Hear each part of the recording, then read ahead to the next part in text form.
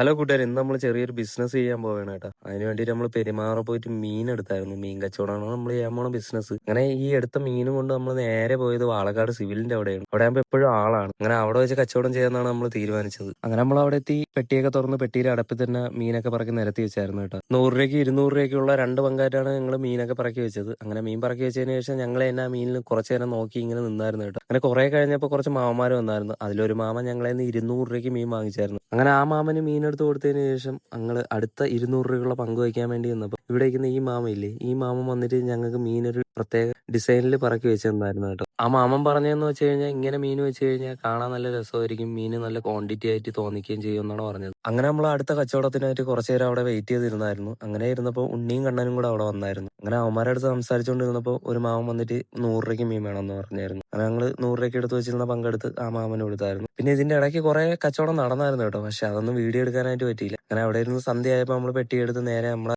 ജംഗ്ഷനിലോട്ട് വന്നായിരുന്നു, പൊയ്യോക്കിൽ. അങ്ങനെ അവിടെ വന്ന് മീൻ കൊണ്ടുവച്ചപ്പോൾ എല്ലാവരും അങ്ങോട്ട് കൂടിയായിരുന്നു. പിന്നെ അവിടെ ഉള്ളവർ തന്നെ അപ്പൊ തന്നെ ഇതെല്ലാം വാങ്ങിച്ച് നമ്മുടെ പരിപാടി എന്തായാലും സക്സസ് ആയിട്ടുണ്ട്. അങ്ങനെ മീനെല്ലാം തീർന്ന് നമ്മൾ വീട്ടിലോട്ട് വരെയാണ്. അങ്ങനെ നമ്മൾ എല്ലാം കൂടെ ഒരു 3100 രൂപയ്ക്ക് മീൻ വിറ്റായിരുന്നു കേട്ടോ. എന്തായാലും സക്സസ് ആയിരുന്നു. വീഡിയോ ഇഷ്ടപ്പെട്ടാൽ ലൈക്ക് അടിക്കണം.